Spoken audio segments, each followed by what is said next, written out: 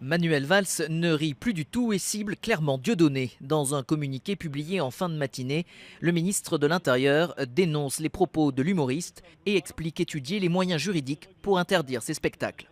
Il s'attaque de façon évidente et insupportable à la mémoire des victimes de la Shoah.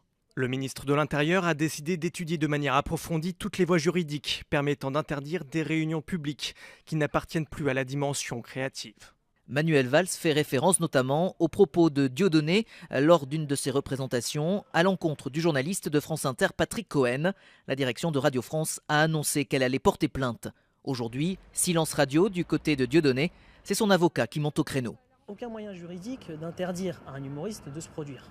Le trouble à l'ordre public, à moins qu'il soit créé, là on ne voit pas de raison, puisque les gens viennent à ce spectacle non pas pour des réunions publiques, comme on essaie de nous faire croire et de le qualifier déjà pour les interdire. Les gens paient leur billet, sinon ça voudrait dire que la volonté d'un seul homme peut empêcher des Français de rire.